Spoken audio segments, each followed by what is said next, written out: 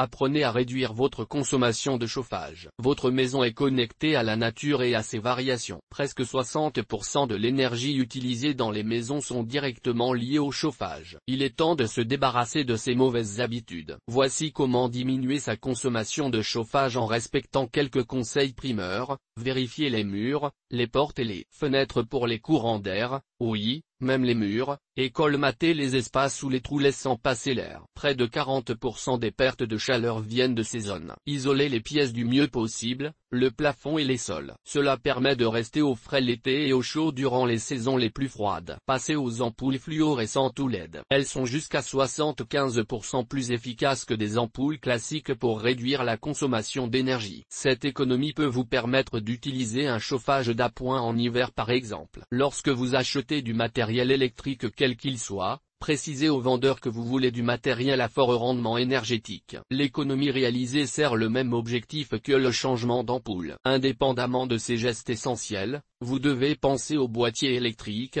acquérir un chauffage d'appoint et changer votre thermostat, ou le moderniser selon votre situation. Éliminez les courants d'air autour des boîtiers électriques. Les boîtiers électriques sur vos murs extérieurs sont en plein courant d'air, c'est bien connu. En cause l'isolation qui n'est pas toujours faite de manière correcte derrière le boîtier, ou autour. Pour arrêter les fuites, enlevez le couvercle et comblez les petits trous autour des boîtiers avec du latex en acrylique. Pour de plus grands trous, utilisez de la mousse de polyuréthane. Puis placez un joint mousse sur la prise. Enfin, remettez le couvercle. Le joint vous permet de faire des économies. Les prises électriques dans la maison, notamment celles menant aux pièces de vie, doivent être bien étanches également. Si elles sont trop anciennes, changez-les. Ce petit investissement portera ses fruits au long cours. Achetez un chauffage d'appoint, et baissez la chaudière, placez un appareil de chauffage d'appoint dans la pièce où se réunit la famille, comme le salon, et baissez la température de la chaudière. Le reste de la maison risque d'être plus frais mais vous restez quand même au chaud et cela vous permet de réduire de 3% vos coûts énergétiques dès que vous baissez la température à moins de 20 degrés Celsius. Il vous est possible de constater ces économies tout au long de l'hiver. Voilà qui devrait également vous permettre de réduire votre consommation de chauffage. Bien sûr, il vous faut acheter le radiateur et utiliser de l'électricité pour le faire fonctionner, ce qui tranche un peu dans vos économies globales. Vous pouvez acheter un radiateur portable que vous allez utiliser durant des années.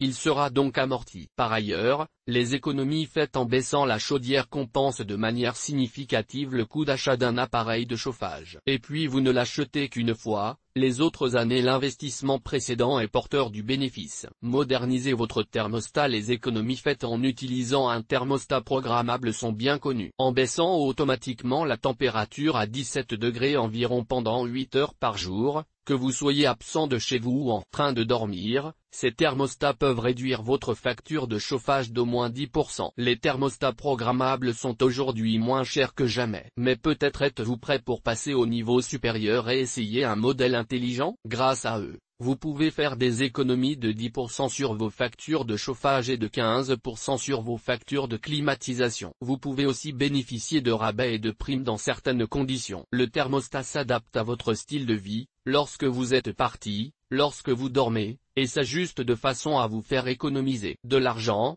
et tout cela sans que vous ayez besoin de le programmer manuellement. Oh, ne croyez pas à la croyance populaire selon laquelle une chaudière doit travailler 2 fois plus pour chauffer votre maison après que la température ait été baissée, ce qui annulerait vos économies. C'est un mythe, vous économisez vraiment de l'argent. Personnalisez votre consommation de chauffage avec les nouvelles solutions de maisons connectées. La consommation d'énergie peut être contrôlée et ajustée depuis un simple smartphone. De cette façon, les augmentations et réductions de température peuvent être personnalisées, à la fois dans toute la maison et dans chaque pièce. Par exemple, vous pouvez automatiquement baisser la température lorsque vous êtes au travail, ou bien simplement chauffer la cuisine le matin, si c'est là que votre famille se retrouve pour le petit déjeuner. EGT. Radiateur à accumulation, qu'est-ce que c'est? EGT. Radiateur. Les nouveautés Thermor, Acova et Noireau. EGT, les factures de chauffage.